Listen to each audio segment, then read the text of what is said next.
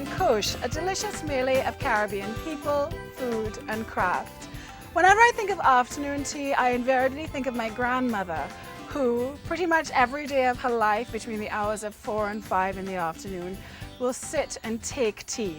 Sometimes it's a very simple tea, a cup of tea and a biscuit. Sometimes it's an ornate and complicated tea involving cakes and sandwiches and pastries.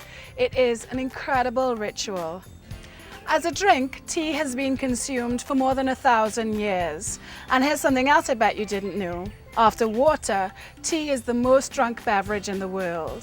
It comes in lots of different flavors and people drink it in the morning, they have it at lunchtime, there's afternoon tea, there's nighttime tea, you name it.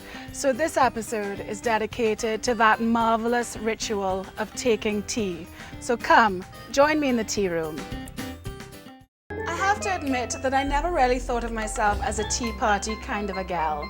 I think I'm too big, my hands are huge, my fingers can't fit through the little hole on the dainty cup. I always thought tea parties were for dainty ladies with dainty fingers. But a couple of years ago for my birthday, I had a Mad Hatter's tea party. Everybody had to come in hats that they had made. And I made all kinds of different foods. No cucumber sandwiches allowed, unfortunately. And they were really delicious. So I thought I'd share some of those recipes with you today. Let's start out with apricot coulis, a little apricot puree that I'm making to add to some baklava. I'd say about a cup of apricots, dried apricots, which you're just going to put in a saucepan and cover with water. Not very much water, you're literally just poaching the apricots. I think my apricots are just about done. They're plumped up very nicely, smell lovely. Again, puree very carefully because you don't want the hot water to come up and splash you. If you wanted to, you could add some rum or some liqueur. Orange liqueur would be really nice. Make it an alcoholic puree.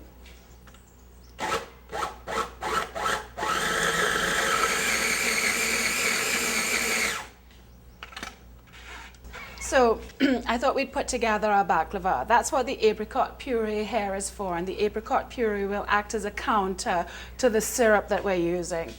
So you're going to put everything onto a greased dish. You also have to have about a cup or a half a cup of butter melted, and I've just added some cinnamon to the butter. You'll also need your pastry brush. And you'll need phyllo pastry. It's as thin as paper, so you have to handle it very, very carefully. And I'm just really going to lift a piece of pastry.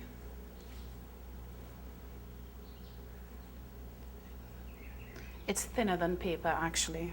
It's like tissue paper, soggy tissue paper.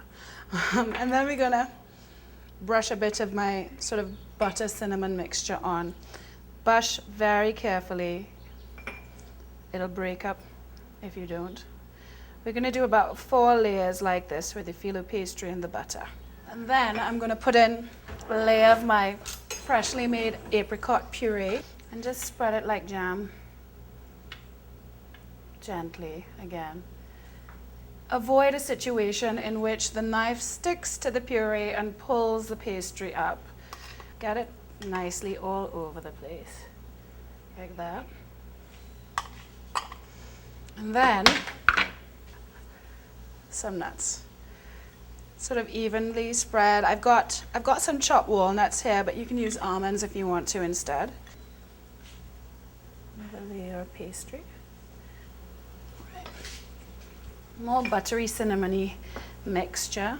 Can you imagine when you bite into this thing with a bit of crisp, a bit of smooth, sort of sweet, bit of cinnamon. It's a rather sensual delight, actually. You can make as many layers as you want. You want to get the butter all over onto the corners so that everything gets that lovely buttery thing. Then I have about 4 layers of phyllo pastry, which I'm actually just going to put on in one go, so that when it cooks, you'll get a lovely pillow of crunch. You actually have to work quite quickly with phyllo pastry because it's so thin that it dries out enormously in the atmosphere. And it becomes brittle, and you don't want that to happen. And then with a very sharp knife, we're going to cut straight through the entire thing. So I'm just doing diagonal cuts with my very sharp knife right the way across the baklava.